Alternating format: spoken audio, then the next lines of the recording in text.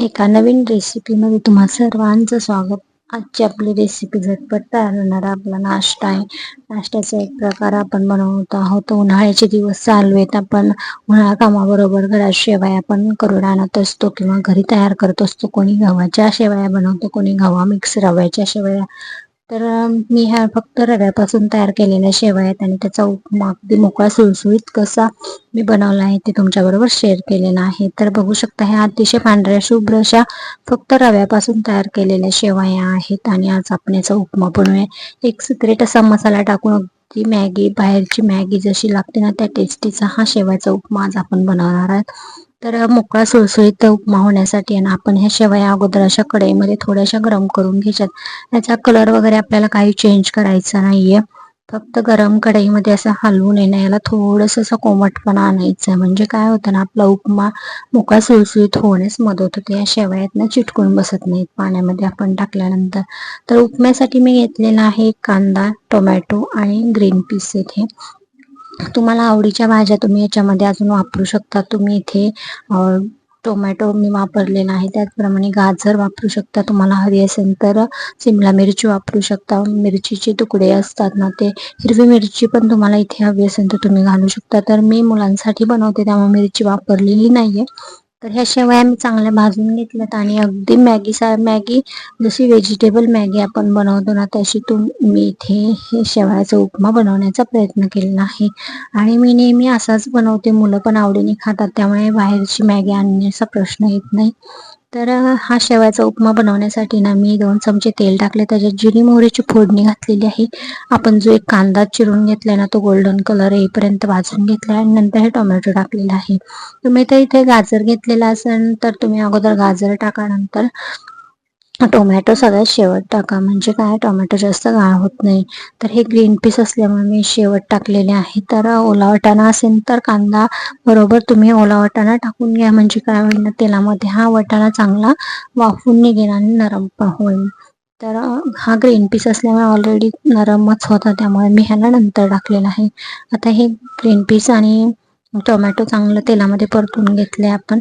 हे चांगलं खाली लागू नये ना, मी थोडंसं मीठ टाकले, म्हणजे मिठाचं पाणी सुटतं आणि हे भाज्या आहेत ना चांगल्या भाजून किंवा आपल्याला चांगल्या तेलामध्ये परतून निघतात. त्यामुळे थोडंसं मीठ मी इथे टाकलेलं आहे भाज्या परतून घेण्यासाठी आहे. गाजर असेल तर तुम्ही थोडंसं गाजर पण परतून घ्या.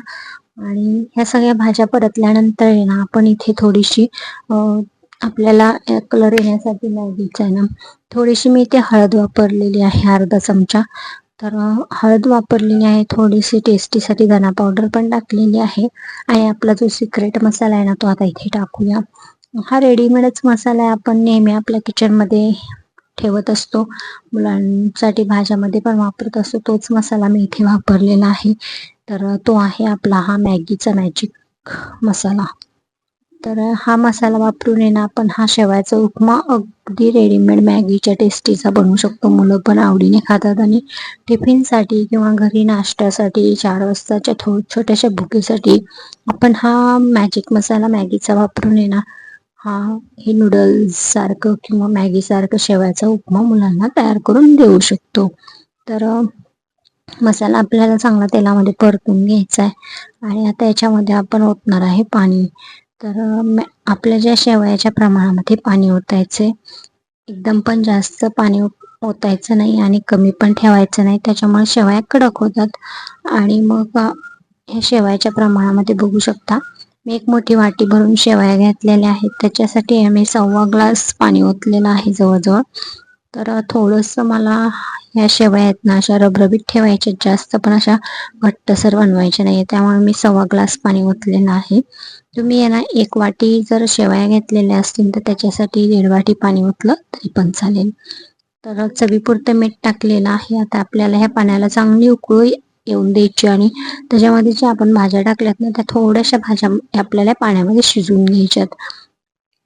त्याच्यानंतर मी थोडीशी वरून कोथिंबीर टाकलेली आहे आणि आपल्याला आता ह्या पाण्याला ना चांगली उकळी आली आहेत. भाज्या पण थोड्याशा मऊसर पण झालेल्या आहेत बघू शकता. आता उकळलेल्या या पाण्यामध्ये आपण या शेवया टाकून घ्यायच्यात. पाणी जर उकळलेलं नसेल तर गार पाण्यामध्ये आपल्याला या शेवया टाकायच्या नाहीत, नाही तर मग या शेवया तशा चिकट बनतात. उकळलेल्या पाण्यामध्ये शेवया आपल्याला सोडायच्या आहेत, ज्या आपण भाजून घेतलेल्या आहेत त्या शेवया तुम्ही नक्की अगोदर अशा भाजून घ्या, म्हणजे मोकळ्या सुळसुळीत होतात. आणि उकळलेल्या पाण्यामध्ये जर शेवया टाकल्या ना तर त्याच्यावर लगेच प्रोसेस चालू होते आणि शेवया अशा चिटकून बसत नाहीत. त्यामुळे बघू शकता पाण्यात मी निम्म्या शेवया टाकलेल्या आहेत. हलवून घेते. अजून थोड्याशा मी शेवया याच्यामध्ये टाकणार आहोत आणि आपल्याला ह्या शेवया चांगल्या अशा शिजवून घ्यायच्या आहेत.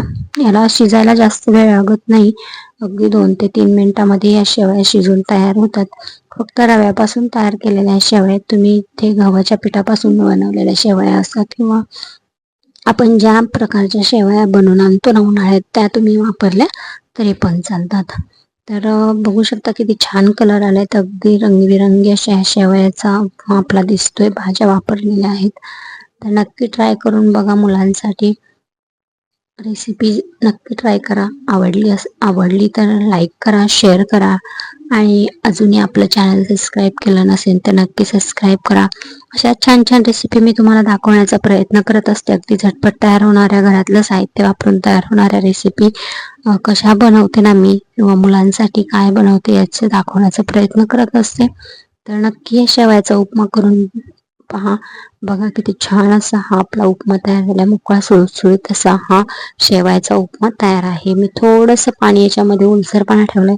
तुम्हाला जर नको असेल तर तुम्ही अजून याला थोडंसं झाकण ठेवून एक वाफ आणा. अगदी घट्ट अशा शेवयाचा हा उपमा तयार होतो.